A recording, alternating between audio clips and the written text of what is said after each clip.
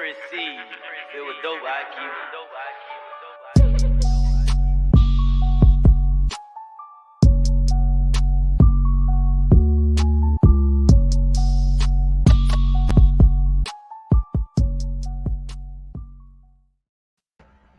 Yeah.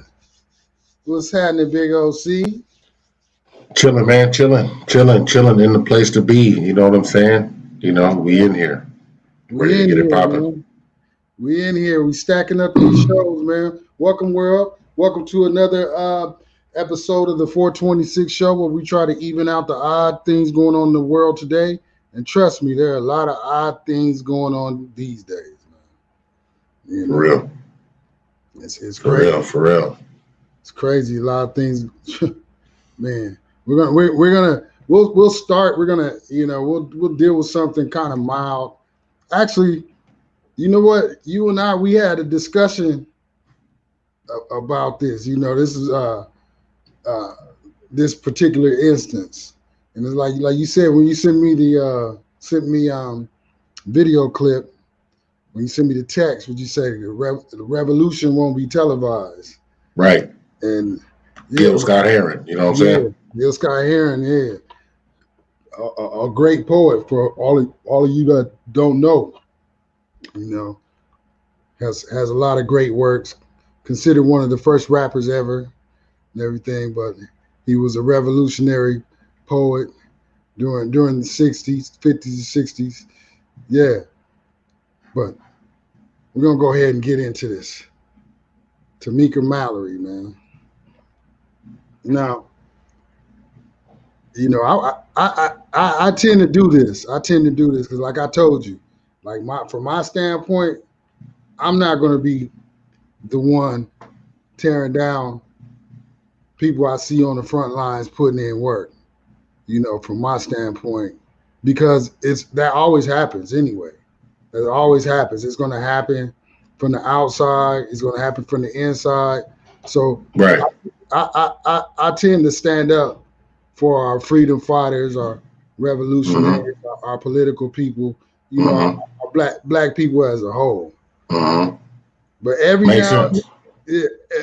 now and then, man, like I put my foot in my mouth, you know, and like for instance, like I was going hard with Nick Cannon. I'm like, Nick Cannon don't have to apologize to anybody. He got his own money, you know. He's a conscious black man, you know. And then Nick folded on me, man. Made me look stupid, man. Nick straight folded, collapsed under the feet. He just did another apology like last week. Like that's like the 4th or 5th apology to the Jewish community. Hey, listen, at the end of the day, Hollywood or these actors and actresses are going to let you know who pays their bills, player. Right. You know what I'm saying? Right. And that's another thing. That's another trick bag that we get put in as we follow these celebrities all the time. You know, when is or how much is enough? Right. You know what I'm saying? Because we sit back and I guess we comb through the Forbes magazine. We look at different internet stories and I guess we believe the net worth. You know what I'm saying? But sometimes, you know, or somebody said, if you still got to go to work, then you're not rich, right? Right. So I'm sitting back and I'm saying, you can see the play. At the end of the day, people's minds are real short. You know what I'm saying? Yeah. And what does it matter for Nick Cannon? You know what I'm saying? He just pretty much let us know he ain't gonna be the one leading us out of whatever it is we're in. He won't be the one leading us out. Yeah, but he's gonna continue to get the bag. Yeah, and that's the whole thing about it, though. Like, you know, it was a good perpetration. Like he was perpetrating the fraud. Like he was doing the shows. You know, he even went back. He's enrolled in Howard University now. You know, famous. But see, that's also a trick bag too, right? But hold on, before you say that, and we don't want to discredit anybody's work, but yes, he enrolled back in school and went to Howard. What's the main thing that keeps most people from being able to go to college, or most people from lower socioeconomic classes? Money. Right. So once you got paper, now you can enroll in Howard, right? That right there takes, I would say, 80% of the pressure off you, right? Right. And then, were you an everyday student? Right. You see what I'm saying? Were you living on campus? Right. Yeah. Waking up every day, going to class? It's a different struggle. So what I'm saying is, once they complete these things, yes, that now goes on your resume.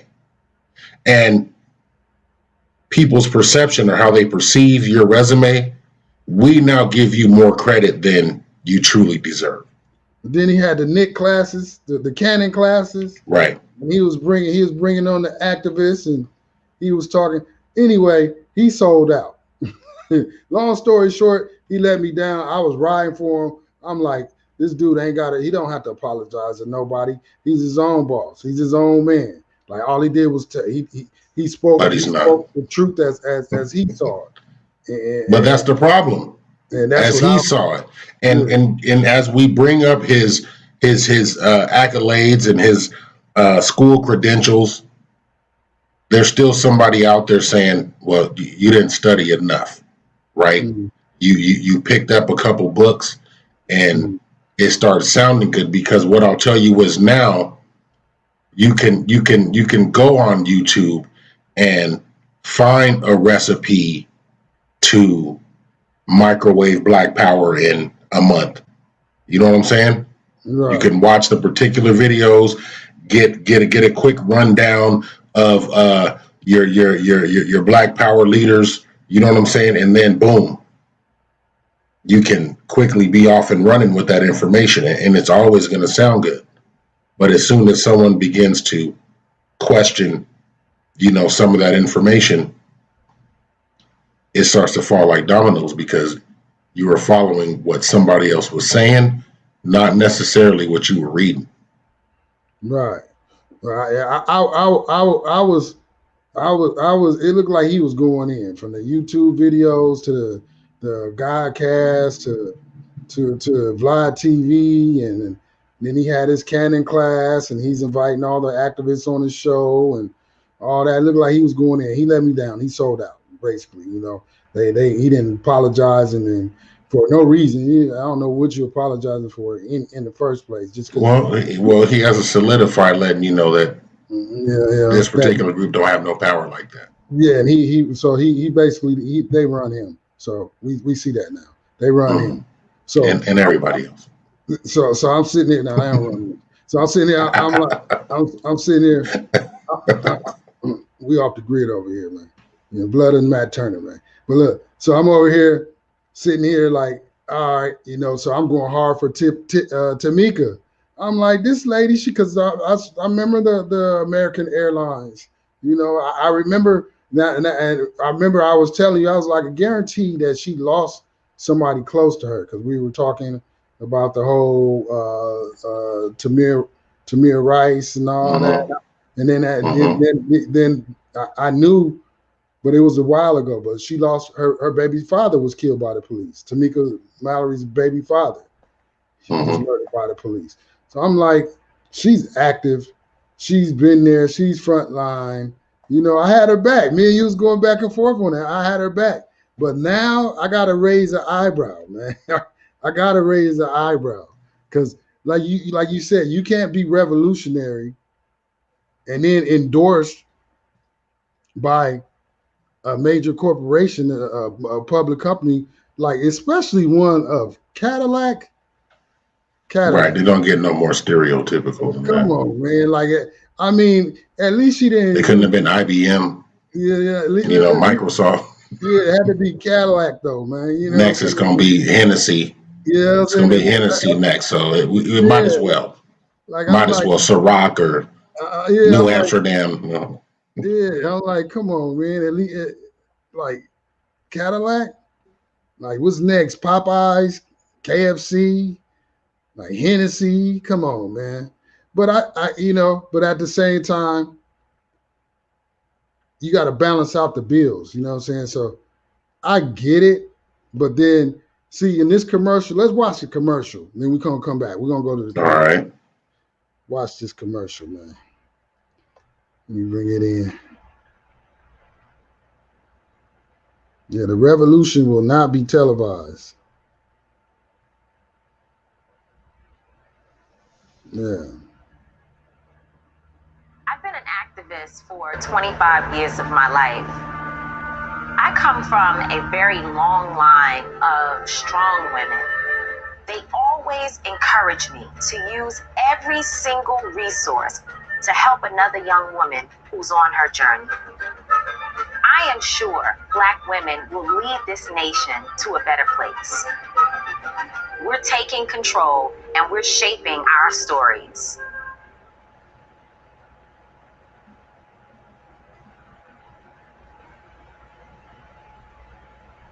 Oh, I didn't bring it in? Did it come in? Hi there, welcome to Forward. Come on in. I'm Dr. Nathan. Oh, my bad. Forward, and I'm excited to be giving you a tour of our Damn. kitchen.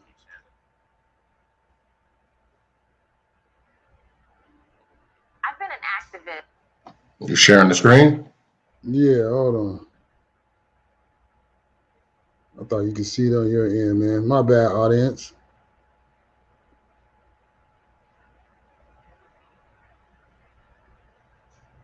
For 25 years of my life. I come from a very long line of strong women. They always encourage me to use every single resource to help another young woman who's on her journey. I am sure Black women will lead this nation to a better place. We're taking control and we're shaping our stories. Let me play it one more time. One more time, analyze I've been this. an activist for 25 years of my life. I come from a very long line of strong women. They always encourage me to use every single resource to help another young woman who's on her journey. I am sure Black women will lead this nation to a better place. We're taking control and we're shaping our stories. Yeah, man. So with that being said, first of all, I got two viewpoints from this. Go. It's like she's playing both sides. First of all, like this was like more of a commercial along the lines of more like feminism. Like it's like you separating the man and the woman, you know what I'm saying, in the Black community. You know what I'm saying? You're separating that. It's like, Now, hold on. Before you finish that, part of her Wikipedia page, Mallory is a proponent of gun control, feminism, yeah, and Black Lives Matter movement. See, I don't know what's correct. She keeps distancing herself from Black Lives Matter, right? But it seems like everybody out there keeps attaching her to it. Right. You know what I'm saying? So, yeah, just that little tidbit when you mentioned feminism, because her. Yeah, because she was the head of the women's march. Yeah, but then they got because she was dealing with Farrakhan, they Nick Cannon her. You know what I'm saying?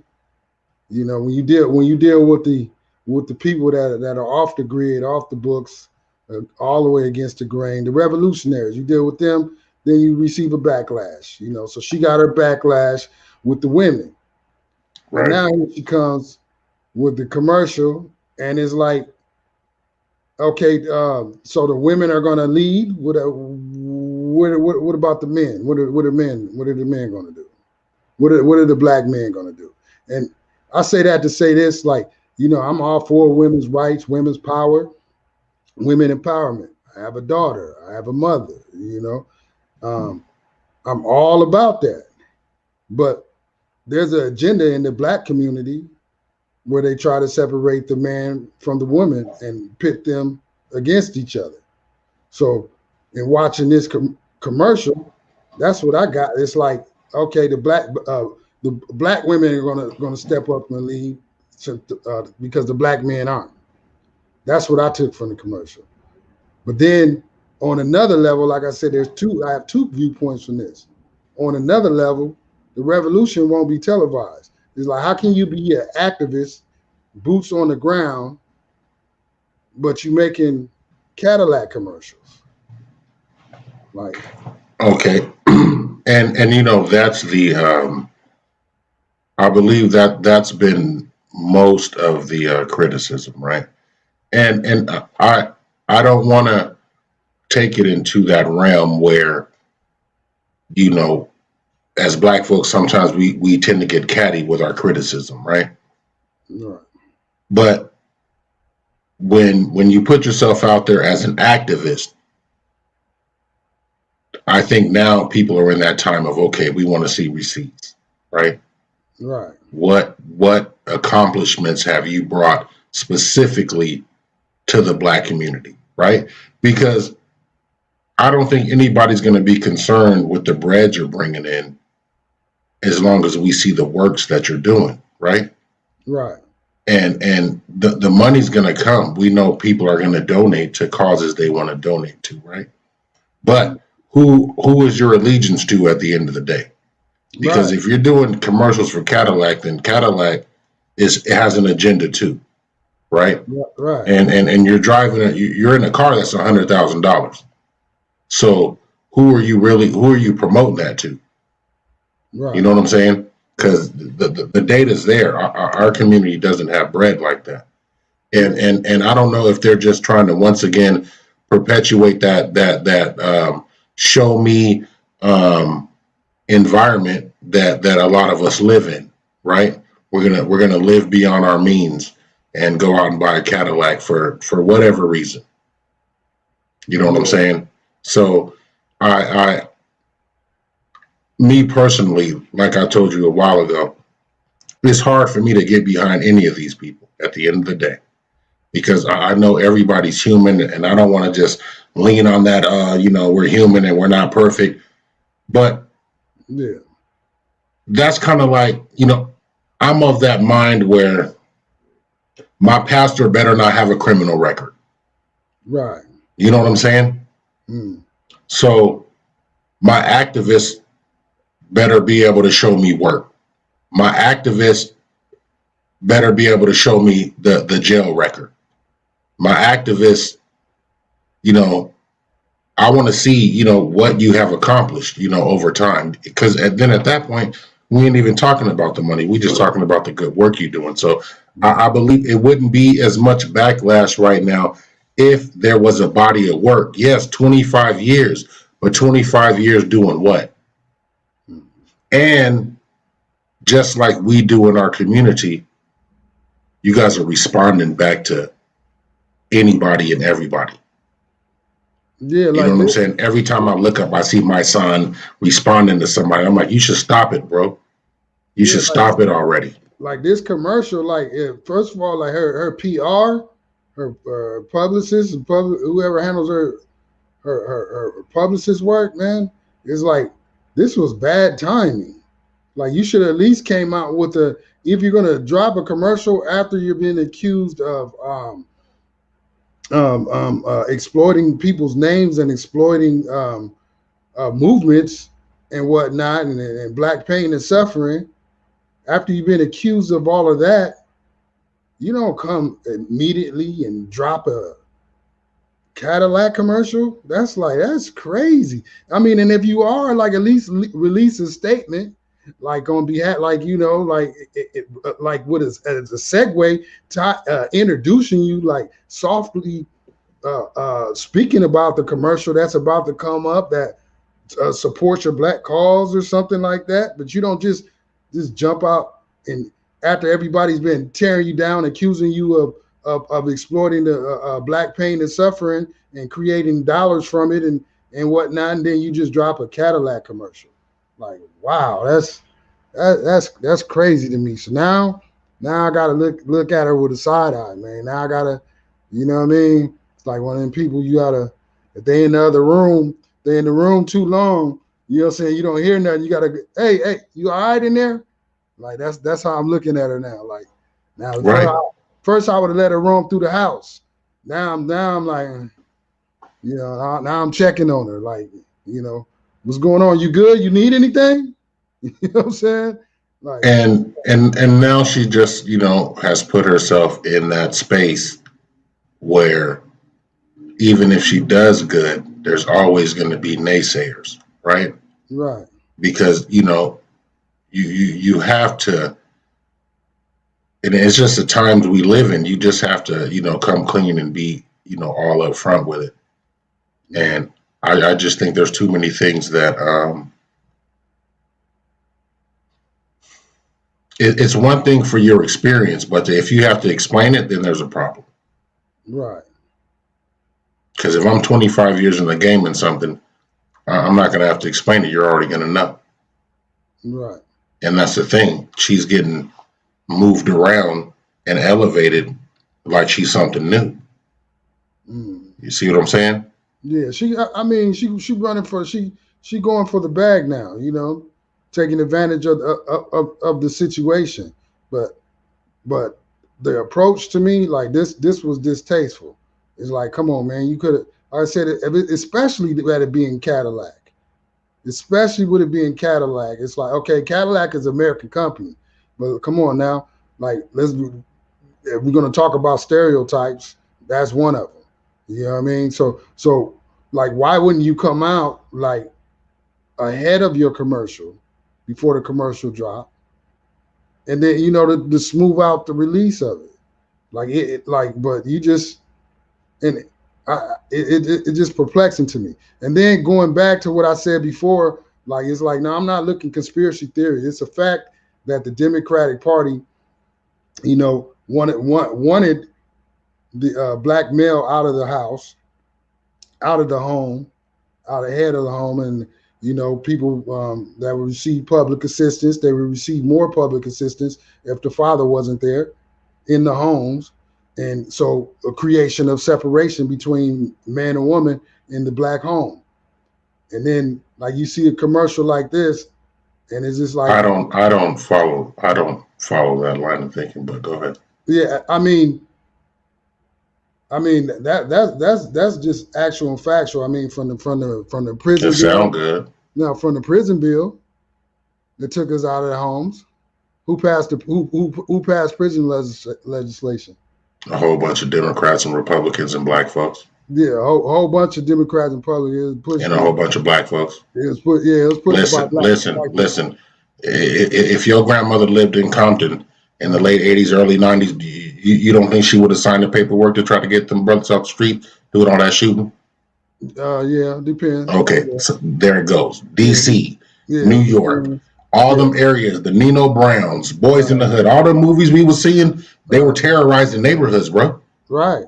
So it was black folks that was up there telling, hey, black we need some help. Yeah, the black we need some help.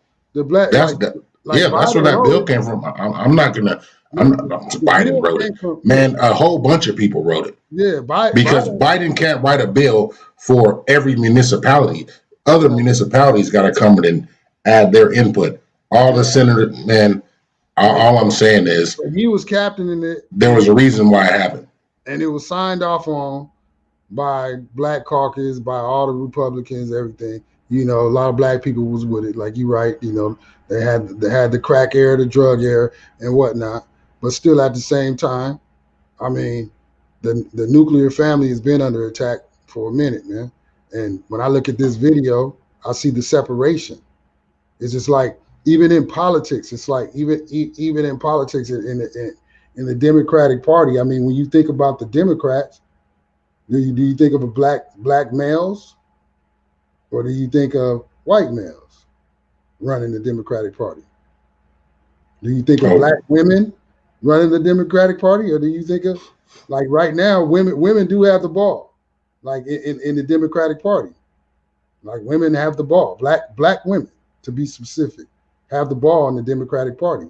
The major factors from Stacey Allroom, to Camilla. I mean, black women have the ball. I mean, and she's black when she wants to be, because I just saw a commercial where she was saying that she was Indian. So it's like everything is going on is odd, man. This is all odd. The commercial threw me off. I was blindsided. Last thing I thought I was going to see is a black activist in a Cadillac commercial. That's the last thing I thought I was going to see. And especially Tamika Mallory just got out of the news, you know what I'm saying, being accused of exploiting black pain and suffering for her own personal gain. Then you drop this video. So now, Tamika Mallory, I got to look at you. I mean, I know you don't care how I look at you, but I'm letting you know. I got to say it. I'm going to go ahead and say it. I'm looking at you like I'm looking at you. I'm watching you now. It's like, are you really down with the cause, or is it just, what's really going on? Like, And we're getting to a point where we're going to have to begin to redefine what being down with the cause is. Right. Like, because now, we're in a different. Hard? Are you going hard, or are you? Because now it's like. But remember what I told you. What Samira Rice said, right? Mm-hmm. Y'all are not mad enough. Right. So why are y'all leading? Right. You know what I'm saying? Right. Y'all don't have enough fire to lead. Right. You know what I'm saying? So that's the issue. Yeah. That's the issue. Yeah. So this commercial, it just threw me for a loop, and I feel hoodwinked. But I'm gonna go ahead and put her on probation. She on probation with me, man. But still, hey, the platform's open. Hey, Tamika, come on, and state your case. Let us know why exactly you did the commercial. If you got bills that need to get paid, then so be it. We understand what goes into a freedom fighting organization. Until freedom. I know how things go, but there are a lot of stories out there that are still worth investigating. There's still a lot of individuals out there that have a more of an inside view at things that were going on, and as those people speak more light gets shed on these situations. So yeah, I mean, I wanted to come out and say, listen, like I feel so much better if she came out like, listen, Cadillac has provided 30, 40, 50, 100 scholarships per year on behalf of our organization. And she, you know what I'm saying? If she come out with something like that, like Cadillac has donated land, you know what I'm saying, to be developed. If she came for black communities, if she came out with something like that, then I'm like, okay, I see. But right now, from the outside looking in, it's crazy. It looks crazy, especially after Mrs. Rice, Tamir Rice's mother, calls you out. You looking real crazy, Tamika. Real right. Crazy. And like you just said, we just want to see what exactly you're doing that benefits the group as a whole, since you're up there speaking for the whole group, right? So, and this is what a lot of black folks always have an issue with, that it's easy to pick off the people in front, especially if they're not doing the right thing all the time. And to me, in 2021, there's no excuses for not doing the right thing. You know what I'm saying? So, like I said, if there's any scrutiny on you, and we see all the ones that have that scrutiny placed on them, clean it up. Clean it up. Yeah, man. Hey, man. They say heavy is the head to wear the crown, man. And at the end of the day, they got a tough job to do, and they got to walk a line. They got to walk it's like a trapeze act, man. But at the end of the day, like Ice Cube say, man, be true to the game. That's all I'm saying. Just be true to the game. If you genuine in what you're doing, then you know it's gonna come out and everything will be all right, man. But that story is crazy to me, like on an intellectual, on a standpoint of principle. That story was crazy. This story right here, just stupid, man. Just ridiculous, man. The kid Lil Nas, you know, he got he had the song, the big breakout hit. I think he was nominated for a Grammy. I'm gonna take my horse to the old town road. You know what I'm saying? I'm gonna ride. It's still getting played. Yeah, you know what I'm saying? I mean, that's a smash song. It got played in the hip hop world, and then went over and branched over to the country world. So the song got so big that the racist country and western, racist country fans, they were getting offended because it was listed as being a country song, you know. But then Billy Ray Cyrus, he came over and he bodied the remix. You hear Billy Ray Cyrus went off on the remix. You know what I'm saying? So here we are now. This dude, man, it's like the entertainment industry, hip hop music, the music industry is like in these social media days, it's like people are like so thirsty for attention, man.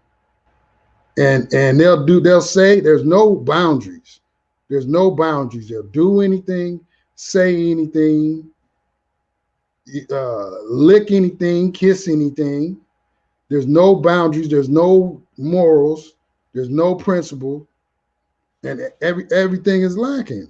So this dude, Lil Nas, he drops these shoes, which really are modified Nikes.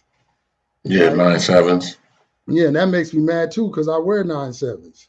Those are I remember when they originally came out. Those were the Tim O'Brien's. Yeah, silver with the red check. I had those. Yeah, and I do them different colors and everything.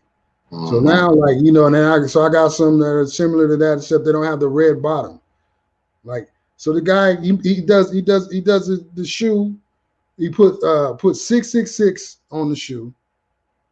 Right, you know, ode to the number, you know, signifying the devil and Satan. Then he said they use one drop of human blood in all the shoes. They only made 666 pairs of those shoes. Mm-hmm. So it's like, come on, man. Now you're signifying the devil, and like the devil signifies evil. And you're gonna sell this, and this is how you're gonna promote your new song, and this is how you're gonna receive press, is by dibbling and dabbling in the dark side, in the devil's world. It's like you're really selling a pair of shoes with a drop of Satan, with a drop of blood in it. Come on, man.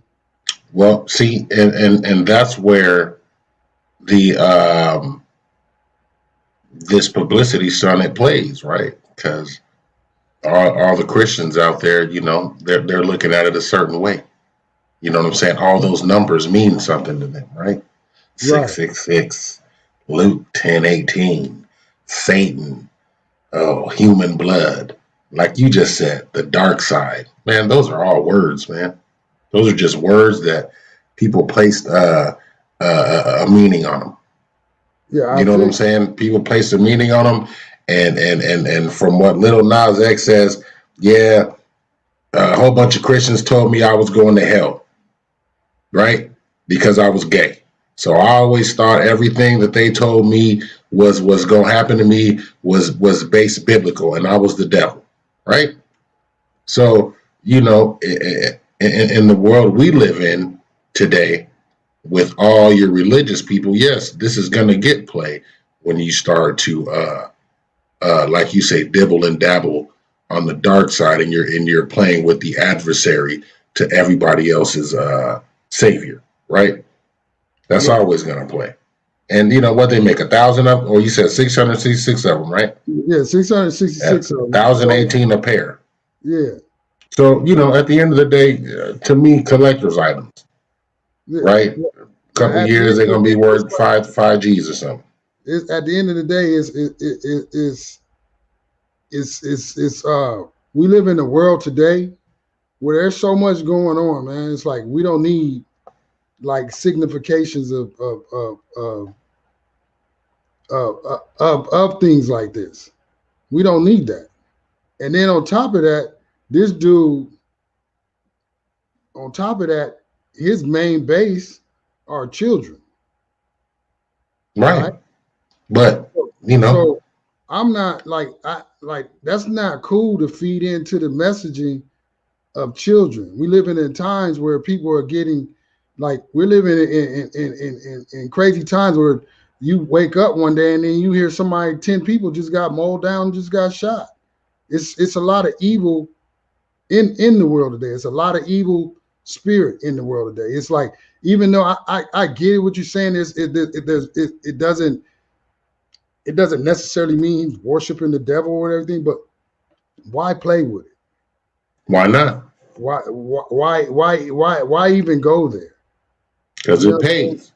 You know what I'm saying? And then what you said is, look, what you said, what his excuse was, is because Christians were persecuting him. So you go from one extreme all the way over to the other. Like human blood, what human blood is on the shoe? Whose human blood is it? And what's the point of having human blood? And even if now there are people out here that are kidnapping people, sacrificing people. That's the crowd you playing to. You think you're doing innocent. You think you're being innocent, but there are people out here that really believe like that. There are people around here walking around that really think they're vampires. There are people that are really kidnapping people and killing people and mutilating people. Stuff like that. It's like you're feeding it. Like when you do stuff like this, you're feeding into that energy, man. See, my only drawback is this always is what's created when you begin to enter into that spirit realm, like you just said. When you begin to get into the religious and the spirit, then you have to accept it all. You have to accept all the crazy or all the things that sound way out there that come with it, right? Because, fact, if you read the book page for page, word for word, you're going to find stuff in there. People sacrificing, you know what I'm saying? People eating babies, people killing people. You know what I'm saying? You're going to find all that. So I think Little Nas X is saying, wait a minute, you guys did a whole lot of judging when I was young. And as I'm getting older, what I'm finding out is most of this stuff was fake because y'all didn't really believe it. And that's what a lot of people come to as they get older.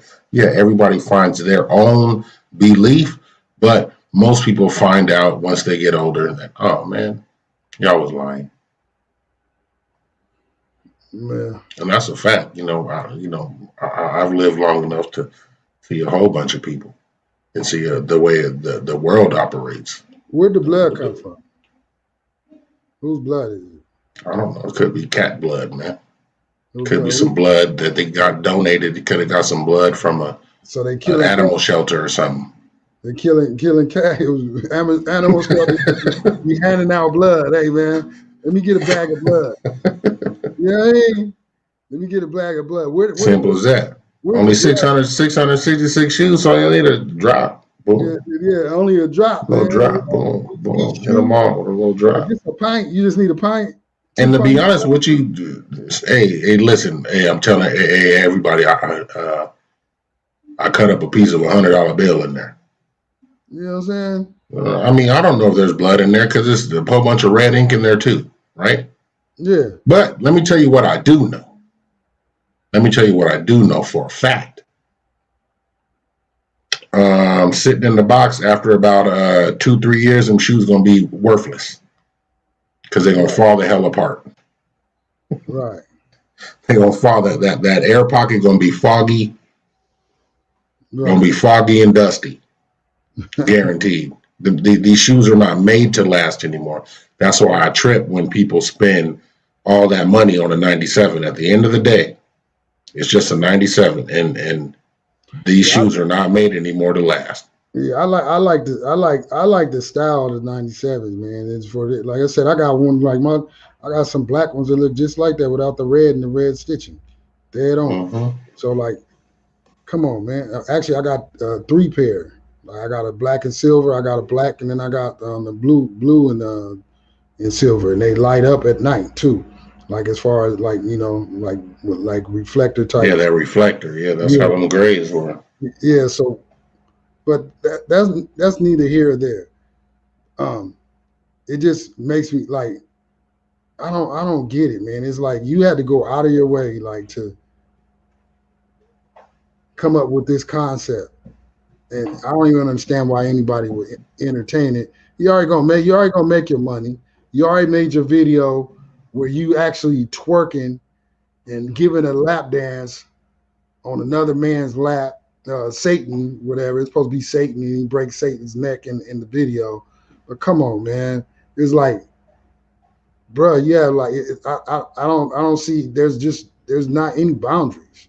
There's no boundaries. Not the next artist gonna sell a shoes with somebody's brain bit in it or something. Somebody had a piece of brain matter in the shoe. Like, come on, man. It's like, where do we draw the limit, man?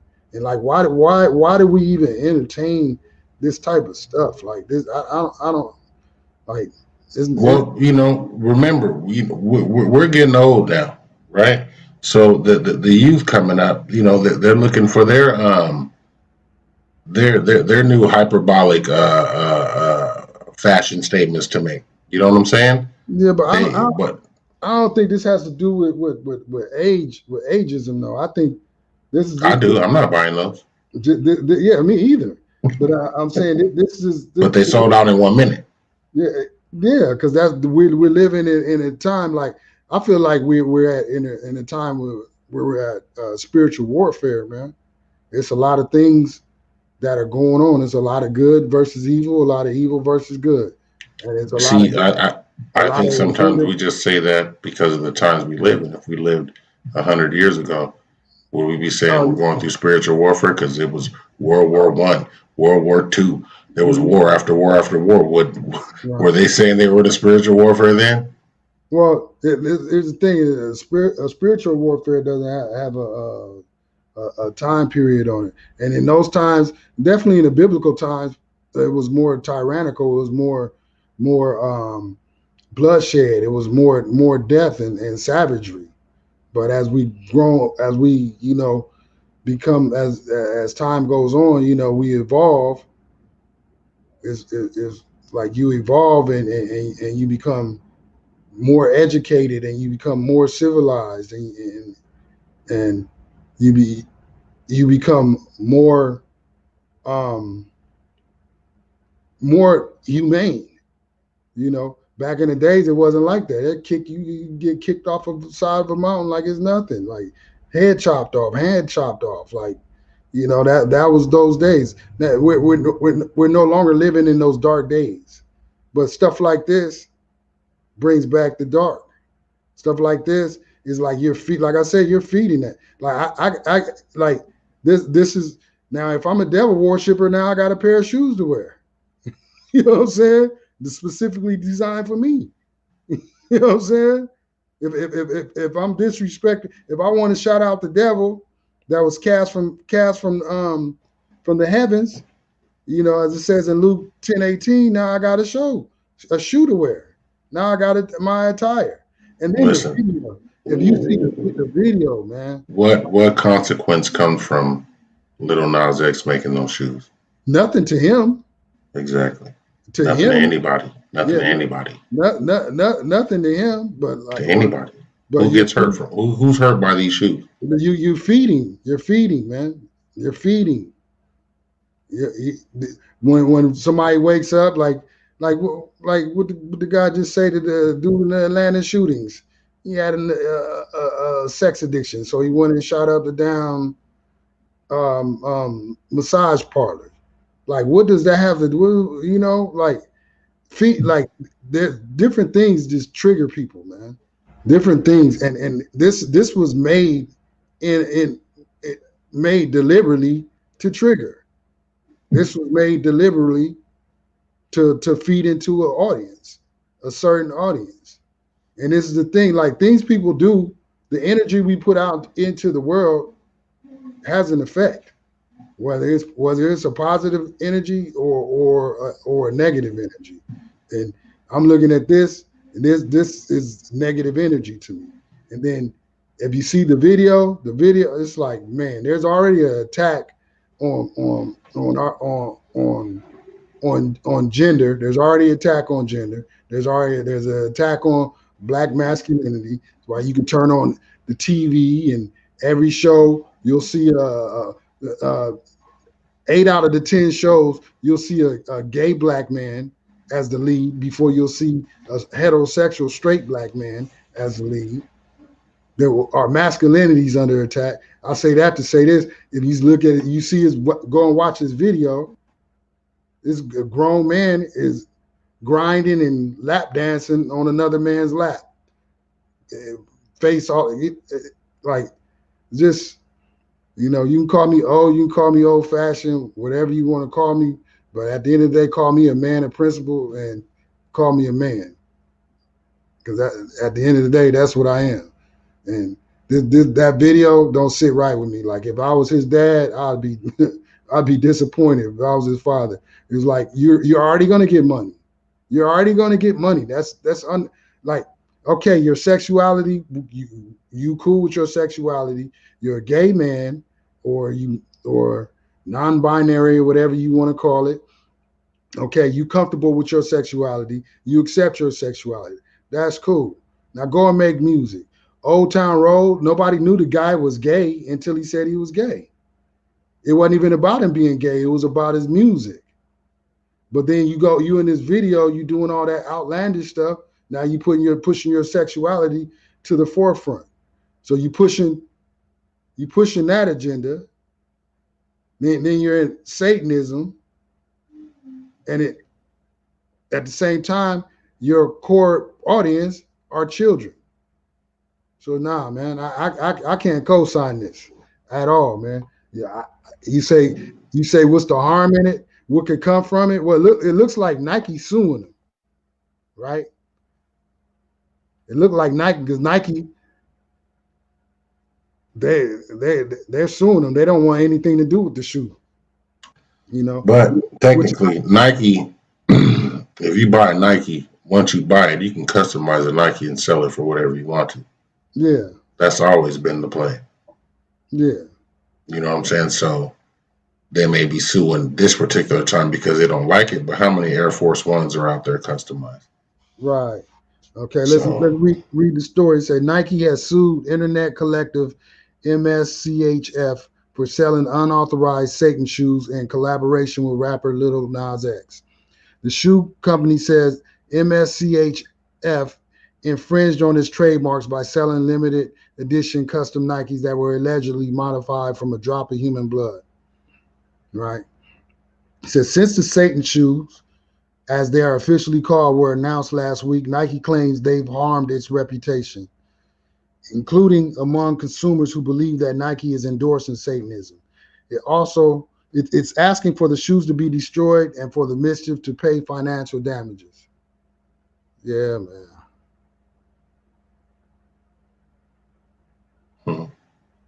Probably because they ain't shipped them yet. Probably because what? They probably haven't shipped them yet. So Nike's probably trying to catch them before they ship out the door. Right. But Nike don't want nothing to do with it. Nike's like we're not embracing Satanism. But which is ironic too, because see, I'm gonna say it. I gotta say it. It's hypocritical too, because at the same time they say that they practicing child labor. You know what I'm saying? That they're like kids are making the shoes.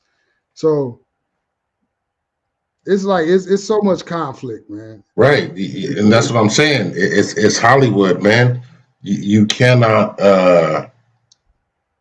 you can't put too much of your real energy into these people, man, because they're Oh, all playing the role, man.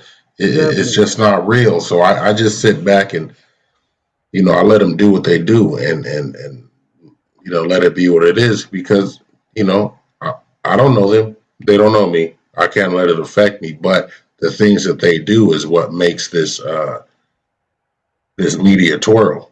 You know what I'm saying? So yeah, we're gonna talk about it because Yeah, I'm gonna call it out though. When I see debauchery like this, when I see negativity like this, I'm gonna call it out, man.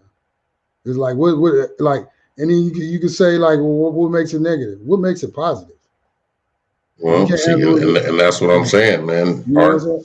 Ain't nothing. is the people that can call themselves artists, man. You know what I mean? And And it's similar to people who call themselves comedians, right? They feel, since I'm a comedian, I can say anything, right? Since I'm an artist, whatever I do is art, yeah, and that's just the space that people who entertain have stretched it to that point. Oh, I'm a comedian, so I should be able to say this. Is like, man, the comedian, like, you signed the paperwork. Who said you were a comedian? yeah, yeah. In this time, day and age, is like you have a platform where you can touch millions and millions of people, right? And this is the message that you choose to stand on. Nah, I can't co-sign that. I can't co-sign that. Sign off on it. I'm cool on Lil Nas X. You know what I'm saying? I can't co-sign that. On to the next story, man. On to the next story. I'm done. I'm done with Lil Nas X. Once I seen him standing on his head, twerking with his crotch in front of another grown man, like, nah, I'm good, man. Uh, I can't co-sign that. I'm done. You know, we stomp on the devil. You know what I'm saying? We don't signify the devil. We don't play like Satan on the side of Satan. Where if Satan is real, if Satan is make believe, is fake, still not going to play like I'm on the side of Satan. So with that being said, speaking of Satan, Satan runs rampant in a lot of police departments, man. You know, so with this story right here, man, that you were sent over, this tripped me out because I did remember hearing of this when it happened, and then it got tucked back into the news, but and back into the news cycle about 3 years ago, 2 3 years ago, 4 years ago, 4 years ago now. Yep. But it looks like let's go ahead and bring the story in. I'm doing too much. Right. I'm doing too much talking. I'm gonna bring the story in.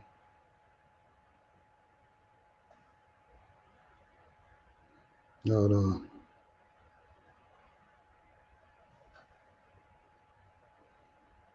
Yeah.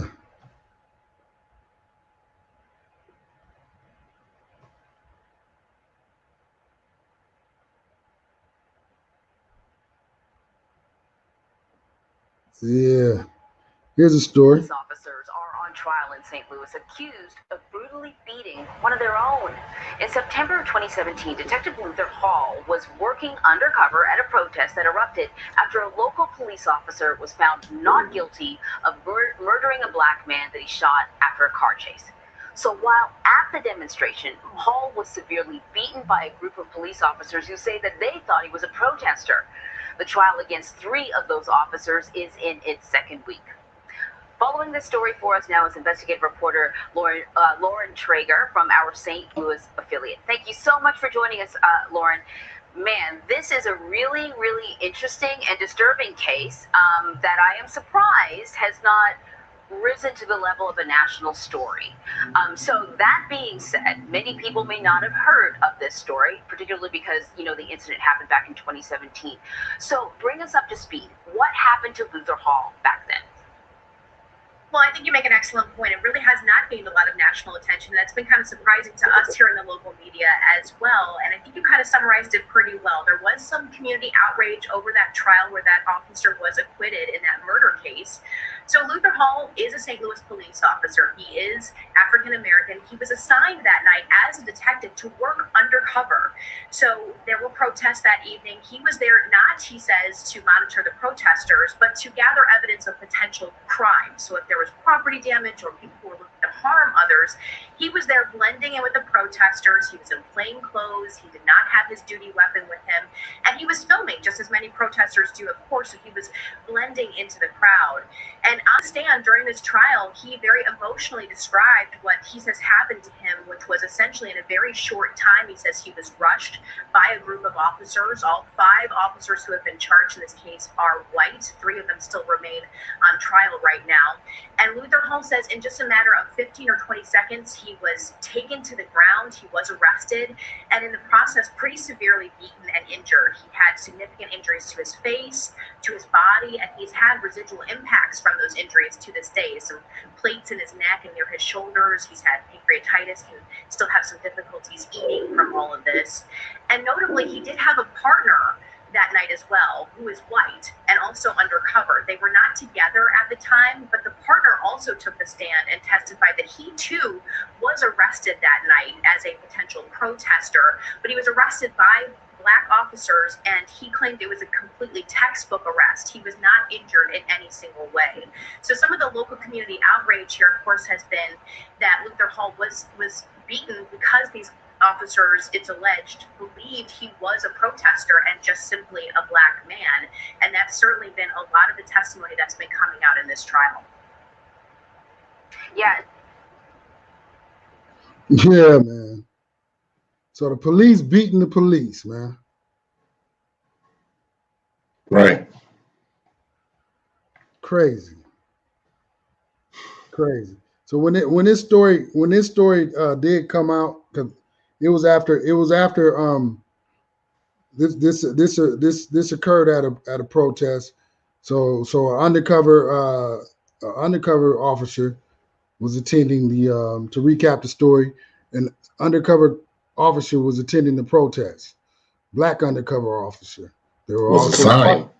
Yeah, and he was attending a protest, recording, just looking for criminal activity, and then he was accosted and beat by other police officers. And he was trying to explain to them that he was a police officer, but they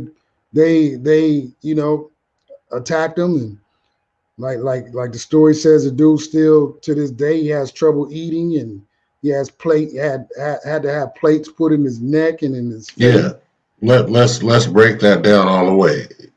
He had a ruptured gallbladder, chronic pancreatitis, a hole in his lip, concussion, spinal surgery, titanium disc in his neck, cadaver bone plate, 6 screws in his neck.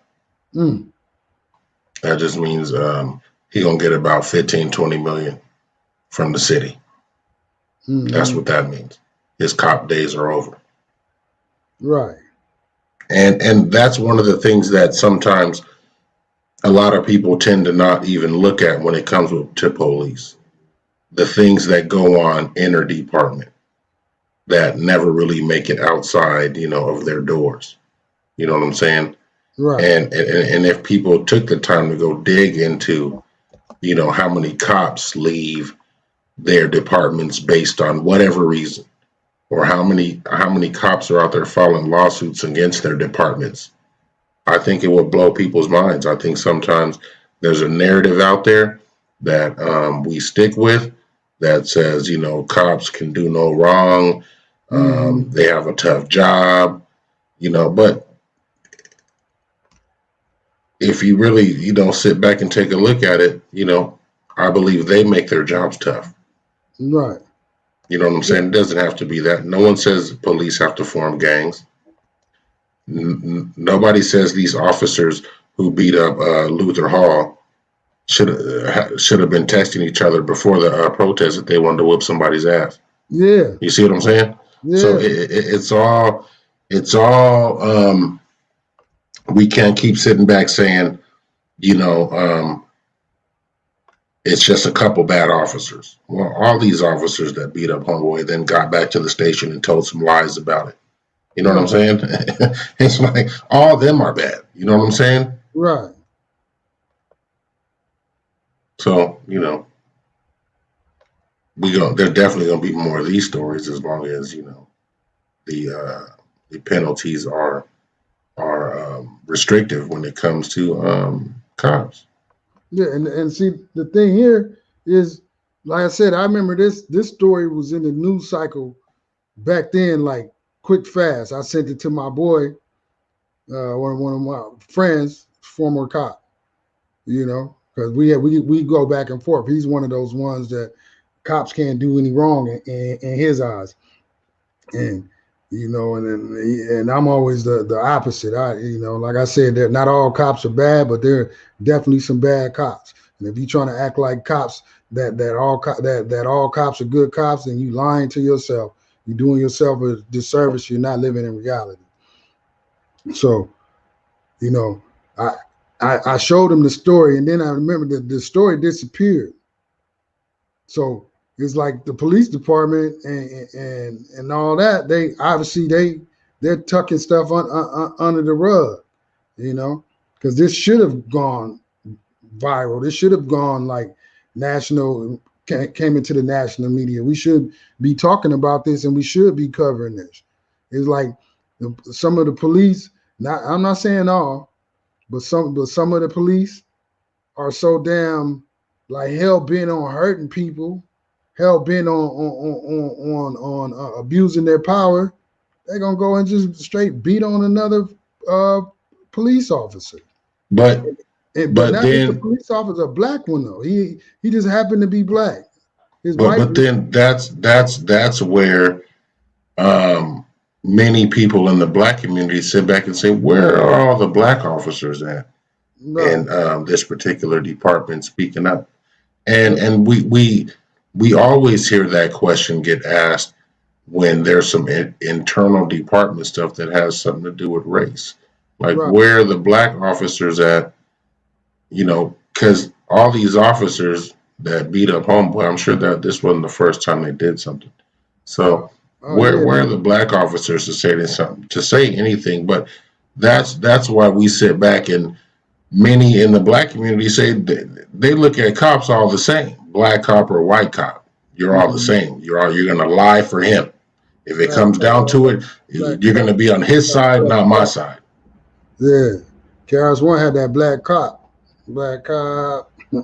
Now there's it looks like one. Well, first of all, in St. Louis, like in examining this story in St. Louis, it looks like the black police departments or black officers and white officers, it looks like there's two separate unions for police officers. Two separate unions. Like the black police officers have their own union, as do the white police officers. So that's weird in itself. That lets you know. Well, St. Louis, in the history books in general, St. Louis has always been, like a racial fireball. Right. Since way back when. And this just goes to show, like, first of all, like, why do black police officers feel like they have to start their own union? Why they have to start their own union? That lets you know right there, like the politics within the police department. It lets you know that they're on something where blacks feel like they have to form their own union to be protected. So that lets you know that racism is the fabric of some of these law enforcement police departments in St. Louis. There was a police officer that did testify that everything that went on was incorrect, and he couldn't just stand by. He had to tell the truth. He said, like, the procedures they used and all that to arrest the guy and to arrest Officer Hall, and he said it was unnecessary. He basically admitting to guilt. He did admit to guilt. Well, they're trying to paint that already, a certain way, saying that he's trying to get some leniency. So he's trying to work a deal. Right. So that's why he's coming forward, with all his information. So, even when it seems like one of them is trying to do the right thing, they continue to discredit. So he should just shut up and let them, represent you and get you off. Right. Or you're just going to tell the truth, and now they're going to discredit you because you want to tell the truth. But how bad do you have to be to where you beat your own police officer? Like, so basically he was let me show you my badge. No, I'm a cop. Like, no, I work at this and they steady whooping on him. Like, they already decided in their mind, like from those texts, from those previous texts, they already decided in their mind that they were going to beat on some people. But they're so stupid, they didn't even take the time in who they picked. They just grabbed the black dude and just started whooping his ass. Didn't even bother. Yeah, and these are like those incidents that you hope sometimes when you hear them, you're like, nah, that hopefully that didn't happen like that. But when it really happens, it's like this is like made for movie shit. You know what I'm saying? Right. It's like this just doesn't add up. This is like the cop in the movie Undercover. He's telling you, I'm a cop, and they're like, yeah, right. You know what I'm saying? Right. It's like, what is this, man? You're thinking this is the real world, but we can't expect anything different. There's also another trial going on, of some shit that we would assume, would be out of this world, but it happened. So, we can't really put any of these situations past, where they're at. Yeah. Well, there is a trial going on. This case is old though, right here. No, but I'm just comparing, when you want a cop to do the right thing. Like, you know what I'm saying? You got time to do the right thing, but you just choose not to. Oh, okay. I see what you're saying. You know what I'm saying? Like, they didn't have to beat the dude. When the dude said he was a cop, they could have stopped. You could have stopped. They could have just fell back and be like, well, what you mean? You know what I'm saying? They could have at least investigated. Right. Show me some ID. So, was ID first or was it ass whooping first? You know what I'm saying? Yeah. So he clearly didn't break a law, right? Right. So that's where you there has to be something else going on because he wasn't out there breaking the law. He was out there on the damn job.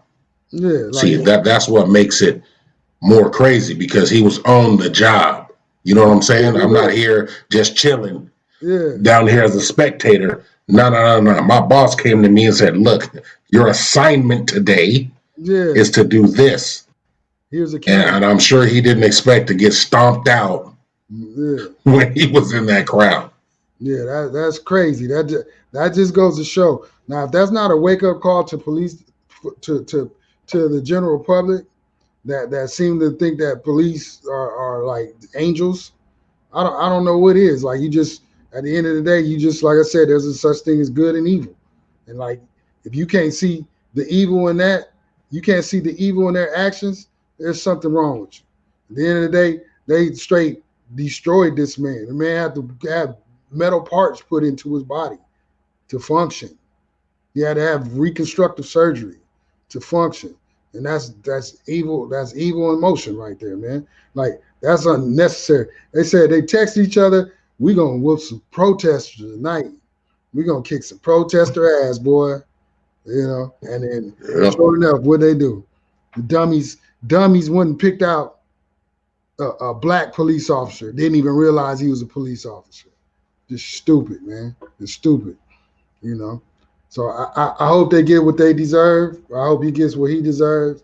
And he's gonna get the bread. Now, are the cops gonna get fired? We don't know that part. Yeah, see, and something like something like that, like that's the type of mistakes that you shouldn't be allowed to work in law enforcement anymore.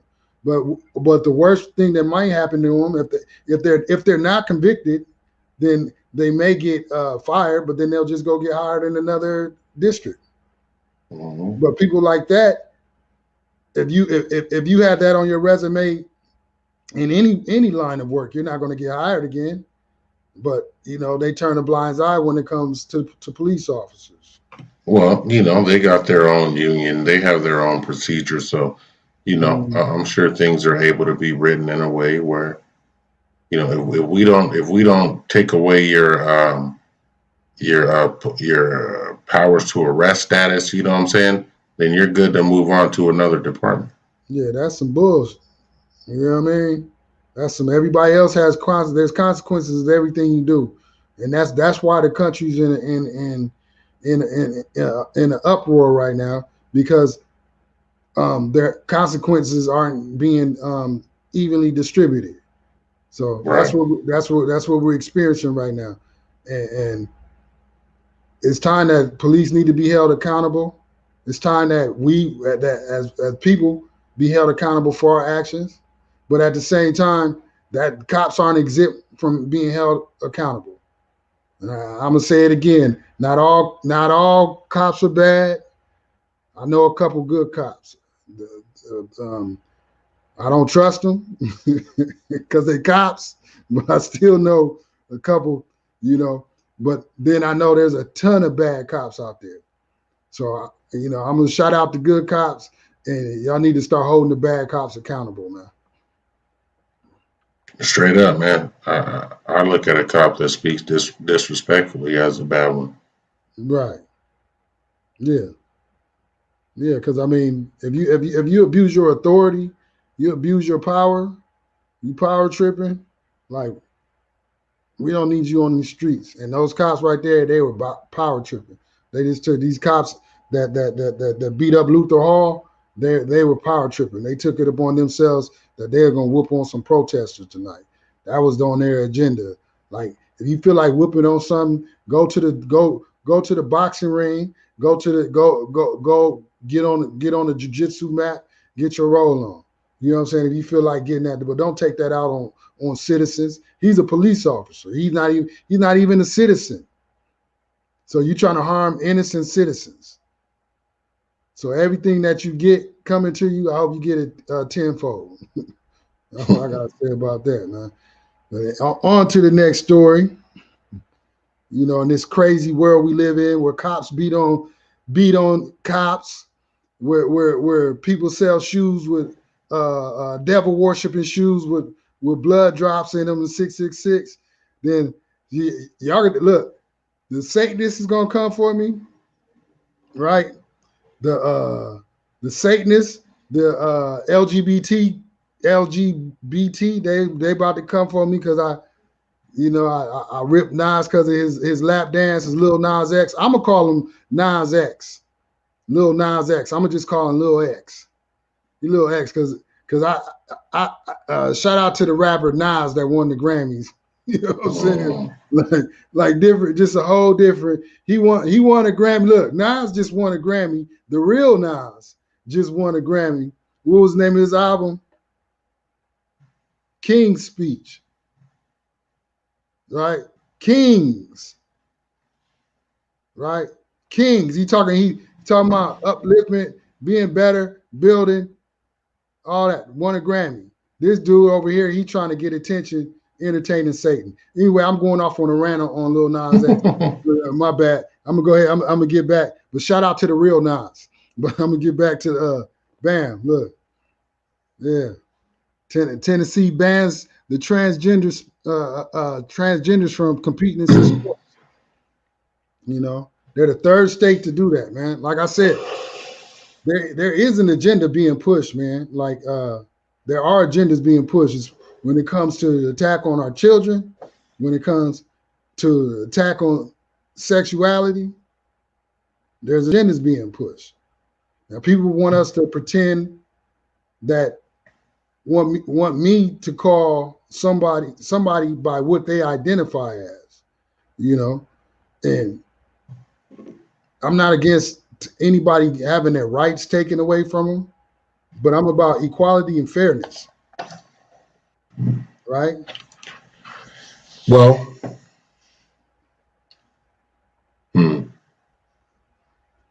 I think sometimes these situations make you think like, why do I have to make myself or my mind jump through hoops for somebody else's feeling, right? Exactly. And you tell yourself, why does it seem like society is making it seem like I'm doing something wrong because I'm exercising what is correct? You know what I'm saying? Because you can't tell me where I'm wrong, right? You could just say, well, this person feels, or this person says they. And it's like, well, what does that got to do with me? You know what I'm saying? So now it's we're legislating shit based on people's feelings, right? Right. And I'm not against anybody, but don't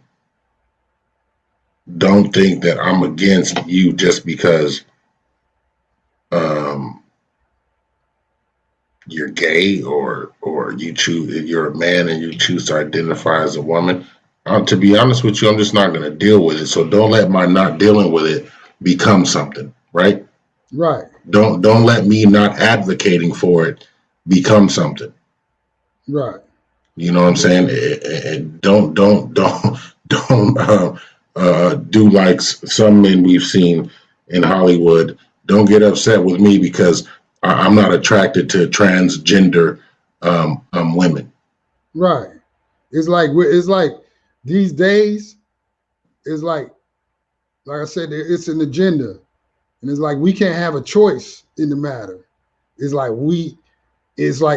if we don't embrace something and like it and fully back it, then you're against it.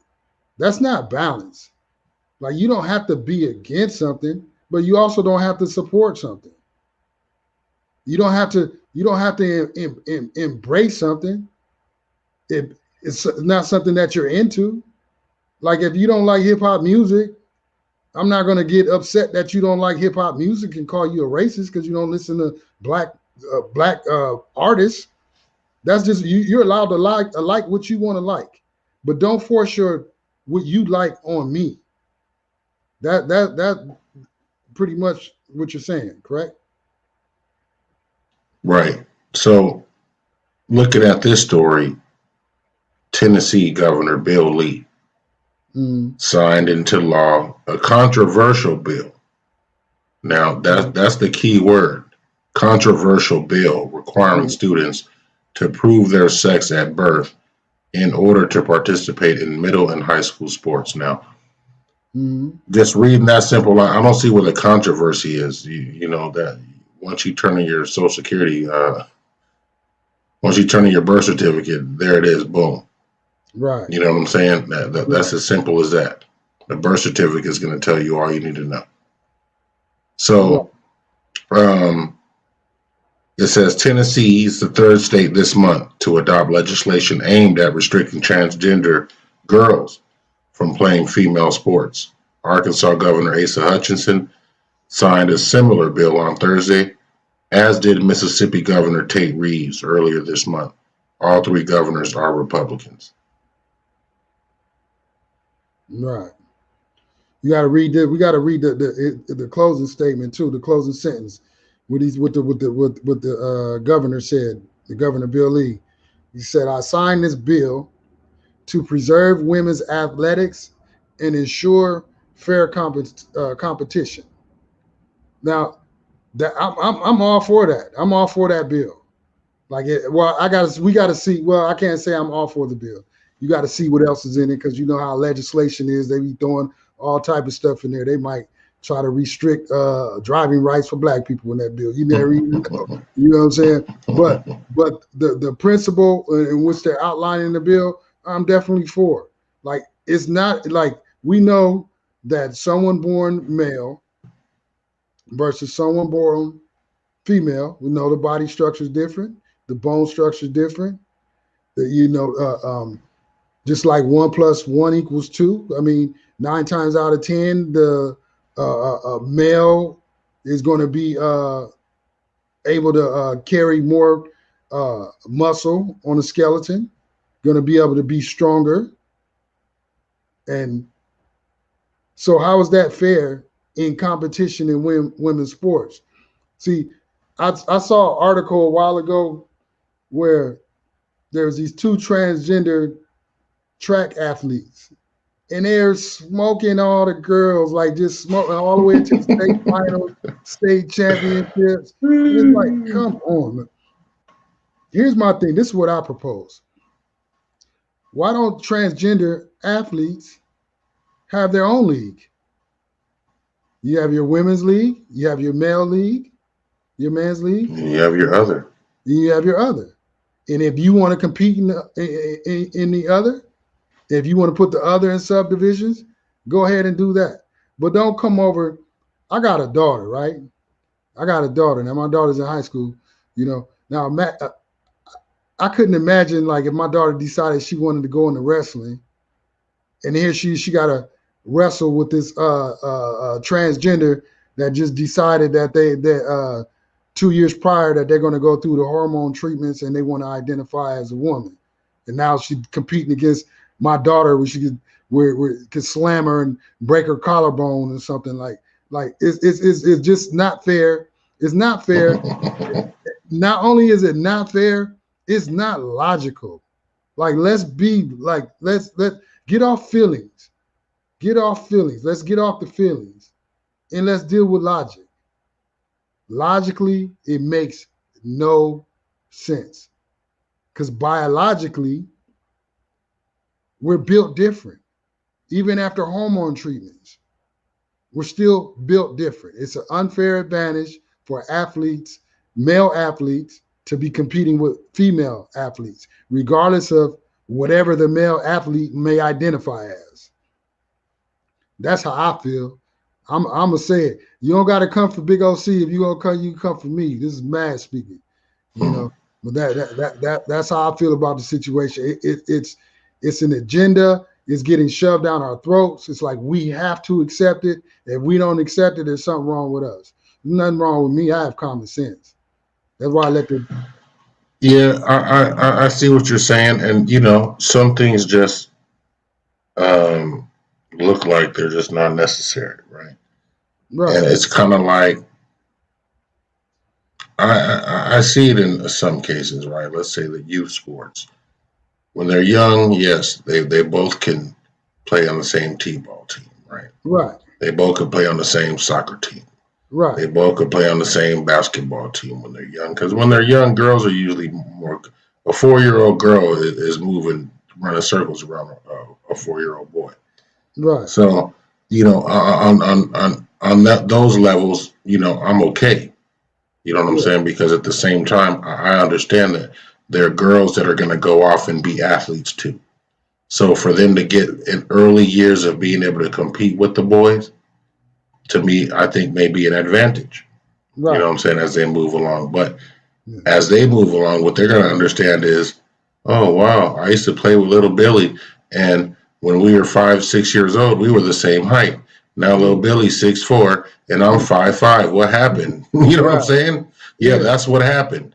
That's why we created girls basketball. Right. Because it got to a point where little Billy just got tall and got strong.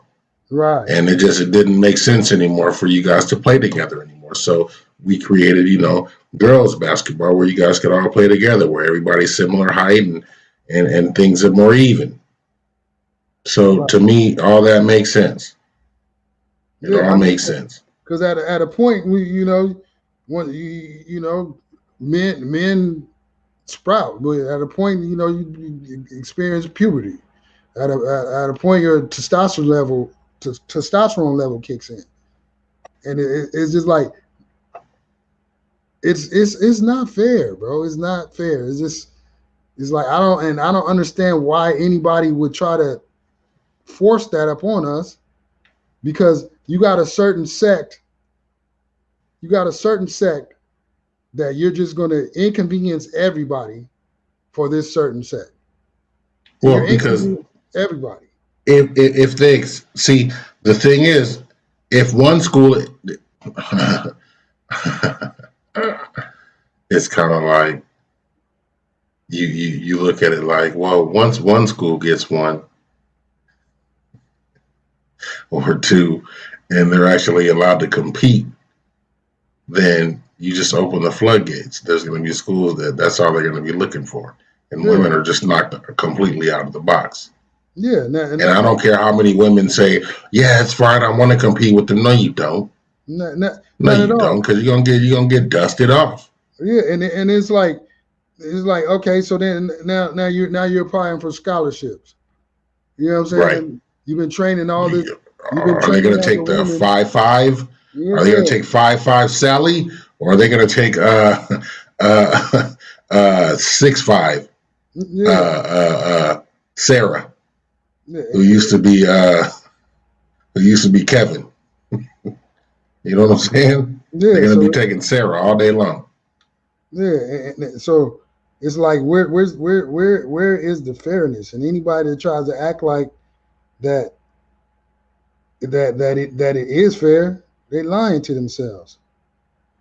You trying to act like this? You trying to act like it's fair that somebody 6'5", born a male, weighing 190, playing against the women's basketball team. You know what I'm saying? And somebody 5'8", you know what I mean? Automatically 6'5" is going into the starting lineup. The girl that's been playing in travel league, parents didn't spend all the money in travel league and all that and camps and all that. She getting moved to the back. See, and it says the Human Rights Campaign caused a slew of legislation restricting the access of trans children to sports, unprecedented, grouping it in with other bills introduced recently in the states like South Carolina and Texas that would limit certain kinds of medical treatments for trans youth. So it's I don't know if they're limiting trans to a certain sport. Those trans should have came out and asked for their own leagues. Yeah, that's all it should have been. Come out and ask for your own league, so then you're not getting singled out. You know what I'm saying? In everything you do, if you're in your own league, then no one's complaining anymore. You want to be going against the best at that point, the best in what you do. And if you're a man, a former man that's now claiming to be a woman, then you're not going up against the best. Athletes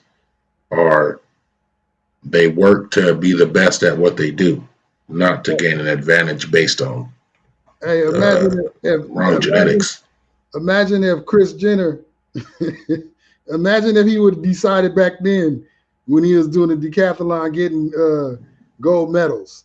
Imagine, right, to go as a woman. Yeah, as a woman, yeah. Like, he would have broke all the records. You know, he was already tearing the men up. Now, right. If he would have came in, if Caitlyn would have been revealed back then, you know, then he got a wig on, just killing them in the decathlon. Come on, man. It's like, okay, with the whole the treatment of transgenders and all that, medical treatment and stuff like that, I think that should be separate legislation from the bill. Like, I think this should just be a separate matter. It's cut and dry. Transgenders should get their own league to compete in, their own divisions to compete in, of their choice, competing against other people that decided to make the same decisions in their lives. And you competing against you'll be competing against your peers. Like, compete against your peers. There's nothing wrong. There's nothing wrong with that. That's common sense. And ultimately, my last point on this, man, is because I don't even like to talk about it.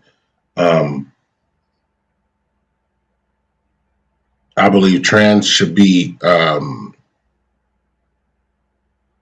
happy that you have people that are discussing options, not just outright saying that you guys shouldn't be competing at all. Right. We're looking for some options for you guys to be able to enjoy whatever it is you do. Yeah, no, because but it's supposed to be enjoyed by everybody, and so we want to give you a level of competition that makes sense and helps you get better. Yeah, yeah, because at the end of the day, it's like we don't want to deny anybody their rights. I don't want to deny anybody their rights, the right to compete, the right to enjoy themselves, the right to participate in sports. I don't want to. That's not what I'm saying. What I'm saying is make the competition fair. We're Right. not making the competition fair. Not against Right. transgenders. That's what you want to do. That's your business. But I'm not putting you in any athletic competition competing against my daughter, because at the end of the day, it needs to be fair. And if my daughter getting smoked by somebody that's just faster than her, but that's a woman that lives her life, her biological life, the same way my daughter does, that has to go through menstrual cycles, has to deal with the problems that women go through every throughout their cycle of womanhood. Then yeah, I could accept that. I could accept that a woman is faster than my daughter, but I can't accept. I expect a man to be faster than my daughter if a man is actually in the athletic world competing and training for a particular sport. If so, just because you identify as a woman, that doesn't change your biological makeup. Right. So that's where I stand with it. Like you said, we're not trying. I'm not saying let's restrict transgenders from competing. I'm not saying that. And here's the thing too. With this, I'm gonna touch on this. I'm gonna go ahead and say it. I gotta say it. I'm gonna go ahead and say it. Like their plight ain't the same plight as black people, black America. So I notice a lot of times they try to compare the same agenda, and it's not the same agenda. It's not the same plight. It's not the same walk. It's not the same discrimination. It's not. At the end of the day, transgenders, they do go through things. There's violence in taken out towards the transgender community, stuff like that. People that have like bigots and stuff like that. And like once again, like I said, it's about good versus evil, man. There's good, there's bad in everything. You know, I'm not against transgenders. If that's what you want to do with your life, that's your life. But when you impose on what biological women have to go through, when you impose on their lives, then I'm not for that. I'm against that. And you can't convince me that you can't convince me that it's right that a track star that was already smoking men could decide to change their sexuality and come over to, not even, you know what though, matter of fact, when I think about it too, the two guys I was telling you about, the transgender track stars, they were getting dominated. Like they weren't placing in men's races. They were getting destroyed. They were, but then they decide they're transgenders. Now they're gonna run in the women's division, and they dominated the women's division. And yeah, I mean, shoot, if they're gonna allow it, you know what I'm saying? If they're gonna allow it, nah, it shouldn't be allowed. It shouldn't be allowed, and give them their own league. Let them compete against them. Be the fastest transgender. Hey, be the fastest transgender on earth. That's what I say. I'm gonna give you props. Hope you get a Nike deal. Hope you get an Adidas deal. You know what I'm saying? Get all the endorsements. I'm gonna give you props. I'm gonna be like, hey, that fast. Yeah, but you can't just identify. You know what I'm saying? You can't just identify as a woman. You need to go the whole way. Yeah, but that's what they're doing though. Everything is now that everything is identity. Now everything. I want you to go the whole way. Yeah, you know, it's like at the end of the day, just do things correctly. It's logic, man. 1 + 1 equals 2. Right. You know. And with that said, I know a lot of people are going to be on my head probably. Like, Yeah, they own you. Trust me. After this episode, but you know, I'm with all the smoke, man. My name is Mash. I'm gonna go ahead and say it. You know what I'm saying? I'm gonna go ahead and say it. I'm not look Cadillac ain't sponsoring me. I can say whatever I want to say. You know what I'm saying? I don't have no Cadillac endorsements. I'm not bought right now. So yeah, right. Yeah, but you know, just don't take our channel down. That's all. For real. But with that being said, man, thanks for tuning in to the 426 show. Hit the like, subscribe. I see you people that are actually tuning in now. We appreciate you tuning in. Thanks for watching. And make sure you hit the like and subscribe. Leave a comment. Hit the up, the down. If you dislike, you know, if you want to go in on me, feel like going in on me in the comments. It's all good. Hey, and I'll say this. Anybody in the comments, if you got an issue and if you got smoke, hey, say something, and you know we may shoot you the link, and you come on up and you know get down what you get down. Right? Yeah. Like leave a comment or whatever, you know. And if you're for and against, and you never know, we'll call you and have you on the show. You know, you could be on the show, and we can see your standpoint. You know, give you your time to give you your point of view. Right. You know, no problem. That's what we're here for, to even out the odds, you know what I'm saying, and balance this stuff out in this crazy, weird ass world, man. Thanks for tuning in. My boy Big OC right there, you know. Straight up. And I'm Mash. And on to the next episode. We'll check you guys out the next episode. Tune in. We signing off the 426 show. Thanks for watching. Thanks for being a part of us building. We appreciate y'all. Peace.